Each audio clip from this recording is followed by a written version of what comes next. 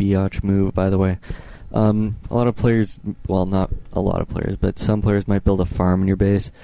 Really, that's just ignore it until your Ancient of War becomes useless again, and you can just kind of bitch slap it to death. Yeah, there's really not much you can do without wasting major amounts of your time. Especially at this level, if you waste that much time taking it out, it's bad. It's bad. So, what was I going to say? Oh yeah, warden skill sets, really it depends on your playstyle. Also, it kind of depends on the strategy. Obviously, you want higher level FOKs if you're doing kind of an early game strategy and your whole basis is just stopping the expo. Here's the Ancient of War creeping. Notice how they all did different versions of it. That's kind of weird, because pretty much everything in each of these replays is different. Don't attack the farm, by the way. That's just a waste. Yeah, what was I saying? Yeah, skill choices. This one is going to be, I believe, Shadow Strike and Blink. Obviously, you want Shadow Strike first. You kind of want to get Shadow Strike first if you're going Shadow Strike, Fan of Knives. Which is what he's going. I think I said Shadow Strike, Blink, whatever.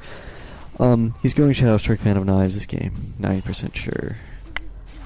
So, what is that? Alright.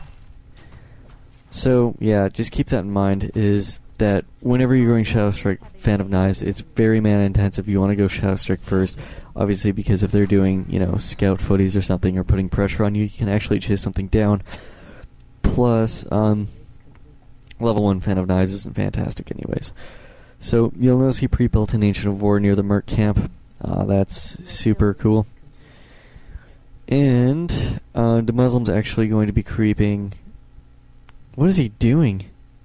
I don't know, he militia'd, unmilitia'd, and... Oh, I think he went back because he was going to expo the bottom left, and then he saw them run past the scout farm, and was like, that's a bad idea, so he's going to expo top. Smart move by the Muslim. Don't expo when they're nearby, and obviously don't do this, which is lose a merc to creeps. Wait, it'll die. Wait for it. It's just kind of sad. The one thing that what is it this time? Paladin has is he has the Wisp Scout at the top right. So he's good to go there. He knows there's a fast expo going up anyways, because the guy's human. LOL. There we go, Priest dies. So, obviously he's already started his tech. When you're doing the strategy, you're going to be teching a little earlier, obviously. That's the smart thing to do, because you want to get your tech done ASAP, and then you want to push. Don't lose Wisp to creeps, that's just silly. And, notice that this time the Muslim's actually building the tower in front of his base. When you're building at either of the green expos, one thing to keep in mind is that base build's a lot harder for you, and your peasants are going to be a lot more vulnerable. Wait for them to die. They will get owned.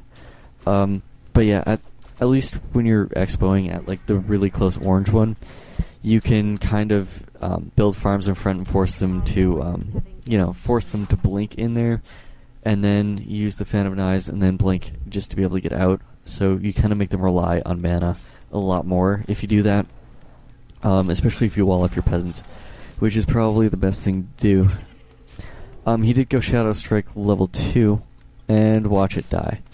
Obviously he didn't attack that one, but did he deny that? I didn't check. I was actually waiting for him to deny it. One thing to do is not spend too much time fiddling about in a human's base when there's a tower going up, and don't hide in it. I'm not sure what the Muslim's doing. He could have gotten better position and just kind of surrounded something. Nice Shadow Strike kill, though. He's gotten like 4 peasant kills because of it. And here's kind of the tier 2 type push that you do. Generally you want to push a little before you hit tier 2 with your archers. You don't want to be going hunters because they take up a lot of lumber and a lot of... they're more costly. And plus you're not going to be as aggressive with archers and stuff, so it's a little safer to not be going hunts. And obviously he's going to be picking up Panda again. And notice how the shop is already up. Smart, smart, smart. Unfortunately, he uses his moonwells before thinking, hey, I could use a clarity before I use my farm, moonwells. Sorry, I saw farm and kind of zoned into it. He could actually use his Ancient Wonders to beat that down. But whatevs, his choice, whatevs. It's all good. Obviously, you want to also push when you have a panda. Generally, that's when I push anyways. I don't push before. But it's kind of good to just do as much damage as you can while you can. Nice panda surround. Watch it get owned. Wait, does he go blink this game? I forget. Yeah, he goes blink. Whatever. I thought there was a replay with Shadow Strike Phantom Knives. Maybe there was, and I just didn't realize it. Archmage TPs, it's still going to take a lot of damage. It lives. I'm going to spoil the fun. It goes down to about 13 HP. But yeah, basically, if you can get them to TP... Oh, 9 HP. Nice. I was kind of lucky. If you can get them to TP, that's awesome for you, because then you have run of their expo. And once again, notice militia just came, and they're already peasants.